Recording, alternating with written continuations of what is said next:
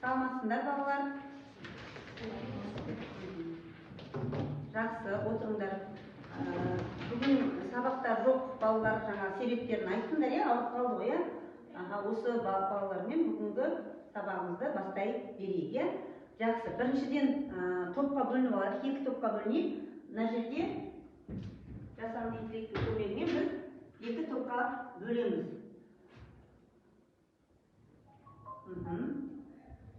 Бірінші топқа Кәусар, Ерсұлтан, Еңлік, Бағым, Айару. Екінші топқа Қауса беріңдер өздерінің топтарына. Екінші топқа Ұлбеке, Алдияр, Тұрматай, Дәулетбақ, Аида келе қойыңдар. Жақсы балалар, топқа бөлініп алдық. Енді сабағымызды бір жақсы көңіл-күймен бастайық. Химиялық тілде жылдам бір-бірімізге тілек, жақсы ойларымызды айтып кетейік. Мысалға, мен сіздерге бүгінгі күні оттекте өте маңызды болғандарыңды қалаймын. Өмірде де, бүгінгі сабағымызда да осындай тілек тілеймін сендерге. Ал Аярудың да тілегі бар сияқты тұрып айта ғой. Мен барлықтарға инертті газдардан сабырлық тілеймін. Кез келген негативке неон мен гелий секілді инертті газдай қарауларына тілектеспін. Жақсы, өте керемет тілек. Әрқашанда сульфурлік металлдар секілді белсенді болып, экзотермиялық реакция секілді айналарға жарық пен жылу сыйлап жүреді. Ой, керемет балалар. Бағым. Өмірлерінің алтындай жарқырап, жүздеріне күлкі кетпейді. Ой, жақсы. Аида. Аида, сен қандай тілегің бар? Сутек сияқты қиындықтардан жеңіл өтіңдер. Ой, жақсы. Сутекте жеңіл болыңдар. Тағы бар ма тілек? Кәусар. Денсаулықтарың темірдей мықты болсын. Ой, жақсы. Соматай. Тіршілікке нәр беретін оттектей қажетті және көңіл-күйлер әрқашан ойегідей таза болсын. Ой, жақсы, керемет. Тағы кім айтады? Тұрып айта беріңдер. Кім айтады? Алдияр бар ма тілек? Дәулетбақ? Әлеуметтік миграция секілді өмірдің қиыншылықтарына сүрінбей жүру. Жақсы балалар. Осындай тілектерін орындала берсін. Бүгінгі сабаққа жақсы белсенді болуларына тілектеспін. Сәттілік. Енді үйге не тапсырма берілген балалар? Оттектің қасиеттері, химиялық қасиеттеріне тағы да қарастырып келіңдер деймін. Сол бойынша сендерге Дмитрий Иванович Менделеев ертегі оқып береді, сол ертегіге мән береміз, ертегі бойынша сұрақтарға жауап беретін болады, жарай ма?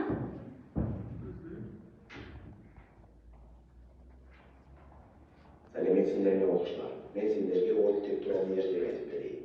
Оттек көп қабатты үйдің екінші қабатында тұрады. Ол бірден өзін сынамақ болып, мен қандаймын, көршілеріне барсам мені қалай сыйлар екен деп көршілерін арбамақ болады. Ол бірінші пәтердің бірінші қабаттағы көршісіне барып, ондағы элементпен қосылып айдын көлге айналады. Тоңып қалған оттек жылыну үшін екінші қабаттағы номер 6 пәтердің есігін қағады. Оттек осы пәтердің есігімен қосылып жанып, жарық көреді. Көміртектің үйінен шығып, сол жақ көршісіне соғып кетпекші болады. Осы пәтерге кірген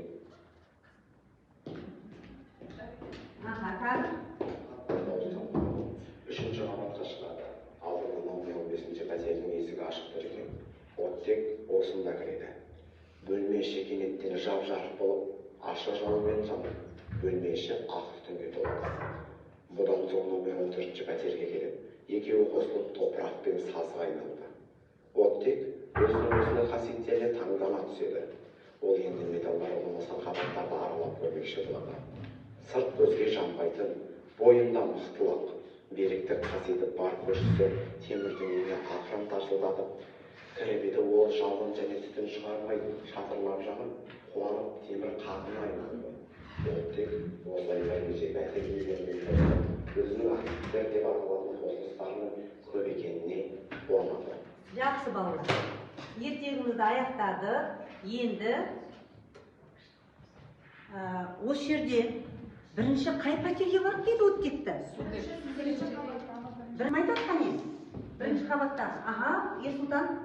Бірінші қабаттағы бірінші пәтерге барған ол сутек. Ол сутекпен қосылып суға айналады. Рәсия теңгені кім жазады осыны тақтаға? Бағым келе ғой. Екіншісі, бағым жаза берген кезде не жаза ғой. Екінші айта береміз. Екінші қай пәтерге бар дейді? Жаурады. Одан кейін жылыну үшін нөмірі 6-шы пәтер. Ол не екен? Көміртекке барыпты. Айда? Оттек номері 6-шы көміртекке барып, жалынып жанады. Және де жылу бөледі. Ол экзотермиялық реакция. Экзотермиялық реакция. Оның реакция теңдеуін кім жаза алады? Дәулетбақ. Ал Дәулетбақ сен мына тақтаға жаза бер. Келе ғой. Ал Айда, бағым. Реакцияға дейін оттек бір атом, ал екі атом реакциядан кейін оттек бір атом теңестіру үшін оттек бар жерге реакциядан кейінгі оттек бар жерге екі коэффициентін қоямыз. Жақсы. Сутек реакцияға дейін екі атом, реакциядан кейін төрт атом. Сутекті теңестіру үшін реакциядан дейінгі сутектің алдына екі коэффициентін қоямыз. Жақсы, сонда 4-4 теңесі және теңдік белгісін енді берді бағым. Жақсы, жарайсың. Осы туралы сөз болған болатын, ертеңде. Көміртекпен оттек әрекеттесіп, не түзілді? Су екі. Яғни, көміртектің қанша валент оксид екен? 4 валент оксиді. Бұл жаңа айтып кетті ғой, жылу бөлінеді дейді. Қандай белгі береміз өзге? Плюс Q. Яғни, көп мөлшерде жылу бөлінетін реакция. Қандай реакцияға жатады сонда? Жақсы, өте жақсы. Келесі қандай еді балалар? Келесі қай пәтерге барды дейді? Келесі ол шатырла көз қаратпайтын жалынмен жанды дейді. 15-ші пәтерге барды дейді. Ол не 15-ші пәтерде не тұр? Фосфор. Кім айтады? Фосформен әрекеттесіп қалай жанады фосфорда ол? Реакция теңдеуін жаза береді фосфорда. Реакция теңдеуін. Сомата келе ғой. Ертегіде айтылып кеткендей, оттек өзінің астыңғы қабатта орналасқан 16-шы пәтердегі фосфор, 15-ші пәтердегі фосфор есімді өзінің көршісіне барады. Ол фосформен әрекеттескен кезде ақ түсті жалын болып, қандай жалынмен жанады бірінші? Көз қаратпайтын жалынмен жанады. Нәтижесінде не түзіледі? Ақ түтін. Түзілген затымыз не ол? Фосфордың несі? 5 валентті оксид. Ой, өте дұрыс, молодец. Теңестіре ғой. Реакцияға дейін оттекті бірінші. Оттек бізде 2 атом, реакциядан кейін 5 атом теңестіру үшін реакциядан кейінгі оттек бар жерге 2 қоямыз. Реакцияға дейінгі оттекке 5 қоямыз. Сонда қаншада қанша болып теңесті? 10-да 10. Енді нені? Фосфор бізде реакциядан дейін 1 атом, реакциядан кейін 4 атом.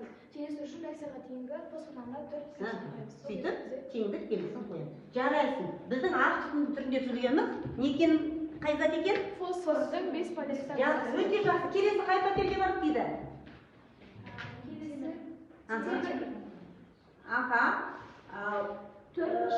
Жетінші пәтерге барды дейді.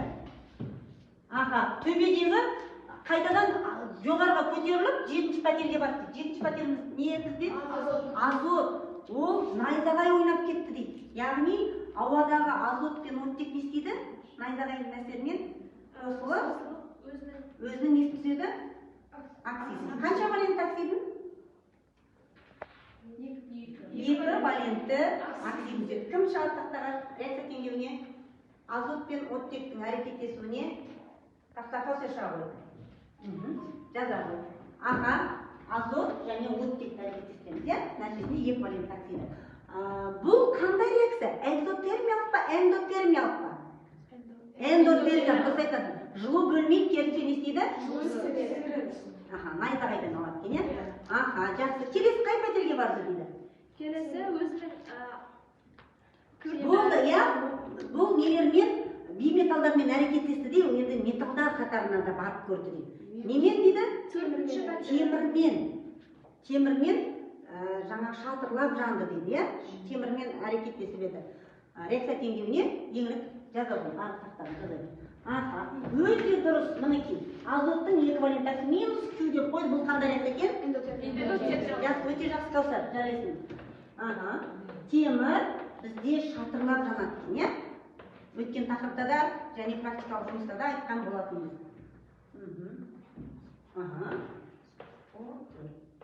Темір несін түзді? Теңестіре болды.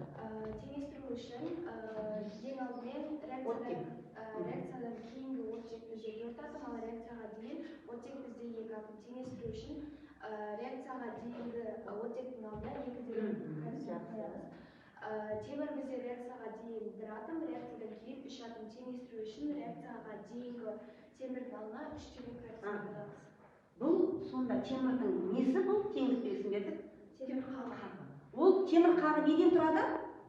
Екі түрлі оксиді. Қандай оксиді? Темірдің 2 валентті оксиді және темірдің 3 валентті оксидінің қосындысы екен, иә? Жақсы, жарайсың. Жақсы балалар, үй тапсырмасына жақсы дайындалып келген екенсіздер. Оттектің химиялық қасиеттерін не істедік? Қайталадық. Енді балалар,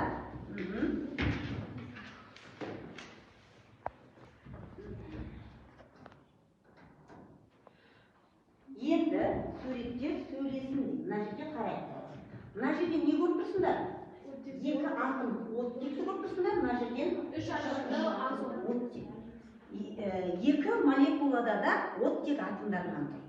Ол оттек атомдар, яғни бір жайзат, бір химиялық элементтің бірнеше жайзат түрінде болуы, осы құбылысты біз аллотропия деп атайтын. Яғни сол жайзаттардан түзілген, бір химиялық элементтен түзілген жайзаттарымыз аллотропиялық түр өзгерістер деп аталады екен.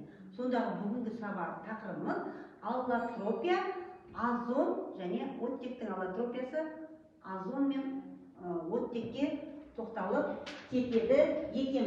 Сонда мына жерде оттектің 2 атомнан тұр, O2 молекуласы, мынау оттектің 3 атомнан тұр, формуласы қандай болады? O2 сендер бұрыннан білетін оттек молекуласы, O3 бүгінгі тақырыбымызға сәйкес озон оттектің екінші аллотропиялық түр өзгерісі озонға тоқталады екенбіз.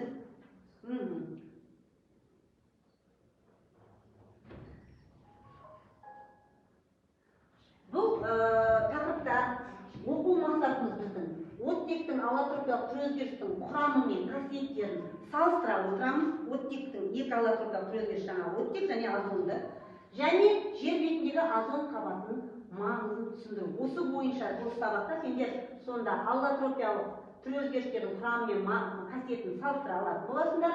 Жер бетіндегі озон қабатының маңызын түсіндіре алатын боласыңдар. Сабақтың мақсаты бойынша. Енді балалар, сендерге 2 мәтін беріледі. Бірінші топқа оттектің, озонның химиялық қасиеттері, жалпы қасиеттері, химиялық, физикалық. Екінші топқа озонның қолданылуы, мәтінмен жұмыс жасап, осы бойынша өз ойларыңды параққа түсіріп, не істейсіңдер? Қорғайсыңдар. Қане, кім болды балалар? Мына топ бірінші, ең үлкен тобы, бірінші басты қоңырауда. Келіңдер, өздеріне берілген мәтінді қорғап.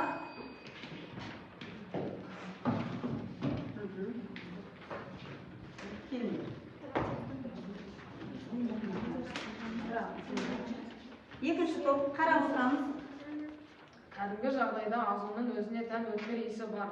Ол көгілдір түсті оттектен 1,5 есе ауыр газ болып саналады.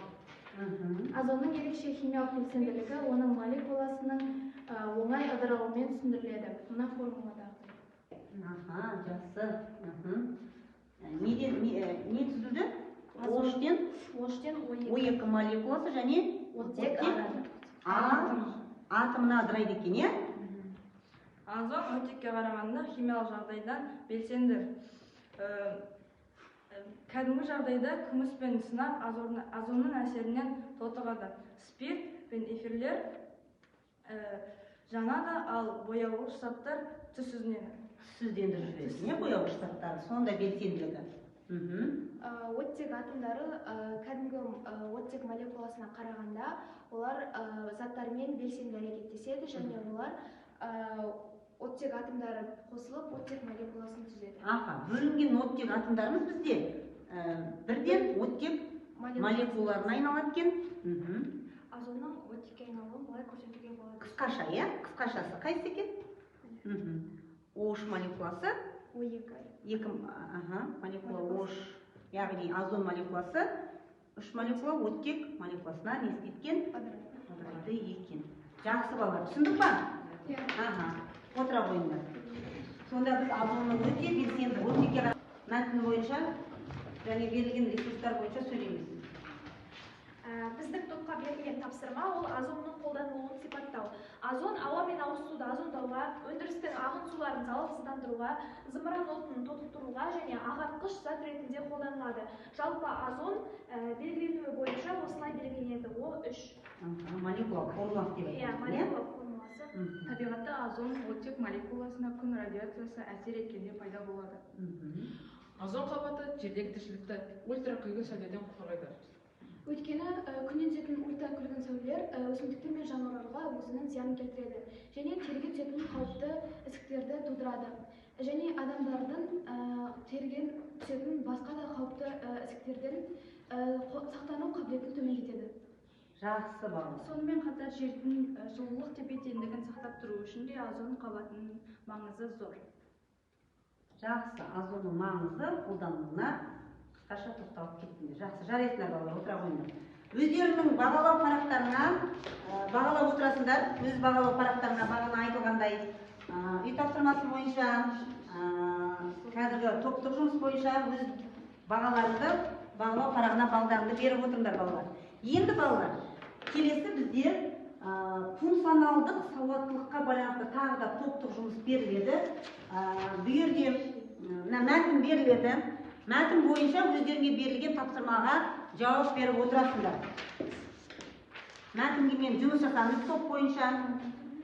Бірінші топ, еңліктің тобында озонның қандай тапсырма берді? Бұзылу себептері, озон қабатының бұзылу себептері. Екінші топқа кварц шамы, кварц шамының пайдасы, кварц шамында жаңағы сақтайтын қауіпсіздік техникасының ережелері туралы тапсырмалар берілген. Сол бойынша топпен дайындаламыз. 2, 3. Жақсы, келесі біздің тобымыз функционалдық сауаттылықты қалыптастыруға бағытталған тапсырмамыз. Қандай берілген тапсырма озон қабатының бұзылу себептерін жеткізу. Озон қабатының бұзылуының басты себептерінің бірі ол фреондар болып саналады. Ол ең басты зиянкес. Олар тоңазытқыштарда, кондиционерлерде, шашыратқыштарда қолданылады. Фреондар стратосфераға көтерілгенде олар химиялық хлор бөліп шығарады. Бұл бір ғана хлор атомы 100 мыңнан астам озон молекуласын жоя алады. Жақсы. Ғарыштық ұшулар да озон қабатына үлкен зиянды әсерін тигізеді. Зымыран ұшқанда озон қабатына үлкен зиян тиеді. Озон қабатын бұзбас үшін бірнеше жыл ғарыш зымырандарды ұшырмасақ, сол кезде озон қабатына зиян түспейді. Табиғаттағы кейбір жағдайлар да озон қабатының бұзылуына алып келеді.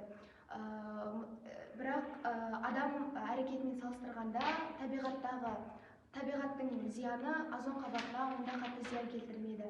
Мысалға алатын болсақ, жанартаудың күлі мен газдары стратосфераға жеткенде хлор атомдарына ыдырап, олар озон қабатымен реакцияға түсіп, озон қабатын бірнеше рет зияндауы мүмкін. Жақсы, сонда фторхлорлы көміртектер бұзады екен, және зымырандар ұшқаннан кейін бірнеше жаңағы өзінің мерзімінен кейін барып ұшуымыз керек, ал біз не істеп жатырмыз? Жиі зымыран ұшып жатырмыз. Сонда экологиялық мәселені осылай тудырып жатыр екенбіз өзіміз. Жақсы, отыра қойыңдар. Осындай себептері бар екен, озон қабатының бұзылуына себептері. Енді балалар, ал жақсы балалар, ендігі тапсырма жұптық жұмыс, резюме әдісі бойынша біз оттек пен озонға резюме берейік. Оларға мынандай сұрақтар берілген. Жұптық жұмыс, жұп бойынша мына жақта жұптар, Ерсұлтан мен Аида болатын болса, екеуің мына жақта тақ болып қалдық қой. Кәусар мен Ұлбеке екеуің бір жұмысындар, екеуің екі жақта отырсаңдар да біреуің оттекті, біреуің озонға сипаттама бере беріңдер. Сендерде де жұпта солай бөліп алыңдар міндеттеріңді. Сұрақтарымыз: бірінші молекулалық формуласы, молекулалық массасы, мекен жайы, туысы, түсі, иісі, маңыздылығы, табиғатта түзілуіне сипаттама беріп кетеді. Екеуің бір жұп боласыңдар, жаза қойыңдар. Маңыздылығына тақтада қараңдар, резюме әдісіне. Кім бірінші бітсек, қоңырауды соғамыз. Ол Каусар бітіп қапты. Жақсы, жарайсың. Екі бала қалмаймыз, жазамыз. Ұлбеке біттім дейді. Каусар, сенің жұбың бітіпті. Жақсы. Осы жұптарға берейін, сендердің қазір тексеріп аламын. Жақсы, жаза берме, сендерге бітіре беріңдер. Жақсы, бірінші оттекке, екінші жұбымыз озонға сипаттама беріп кете берейік, иә? Кеттік. Ұлбеке бастаймыз. Молекулалық формасы оттек болса. Озон. Каусар, тұрып айта бер. Бер қарап. Азонның молекулалық формуласы молекулалық массасы 32. молекулалық массасы 48. Келесі мекен жайы енді екеуде бір химиялық элементтің аллотройкалық өзгерісі ғой. 6 топшының негізгі топшасында орналасқан екен. Туысы период бойынша туысын айта қойыңдар. Туысы периодтық кестедегі туыстар. Периодтағы нелер? Азот пен топ бойынша туысы бір топтағы көміртек па? Күкірт екен, не бала? Жақсы. Келесі түсі. Түс. Оттек түссіз. Озон көгілдір түсті. Иісі. Озон өткір иісті. Маңыздылығы. Жану үшін. маңыздылығы ультракүлгін сәуледен қорғайды. Жер бетін ультракүлгін сәуледен қорғайды. Табиғатта түзілуі фотосинтез процесі дұрыс, өте жақсы. Озон найзағай ойнау. Жақсы. Балалар, жақсы. Қалғандарыңыздан тексеріп отырмын. Сендер сәл аяқтап жібердіңдер ме жұмыстарыңды? Аяулар бітіпті, жақсы. Жауаптарың осылай ғой, иә? Жақсы балалар. Енді жақсы балалар, енді жұптық жұмысты аяқтадық. Енді жеке жұмыс бойынша, тест бойынша сендер QR кодпен кіріп, тестке жауап беріңдер. QR кодпен кіре қойыңдар, ұялы телефондарымен.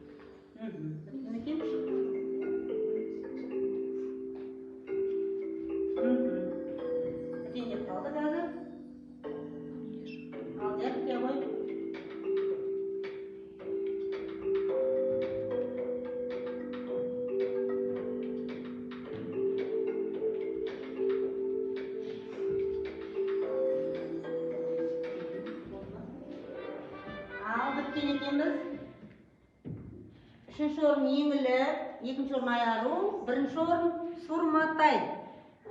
Жақсы. Енді жауаптарын шығарып жіберсек. Мына жерде кім қандай жауап, қай жерлері дұрыс болмады, мына жерде бізде көрініп тұр, иә? Сұрақтарын өздерінде де көрініп тұр. Қатемен жұмыс жасаймыз, иә балалар? Жақсы балалар. жеке жұмысымызды аяқтадық.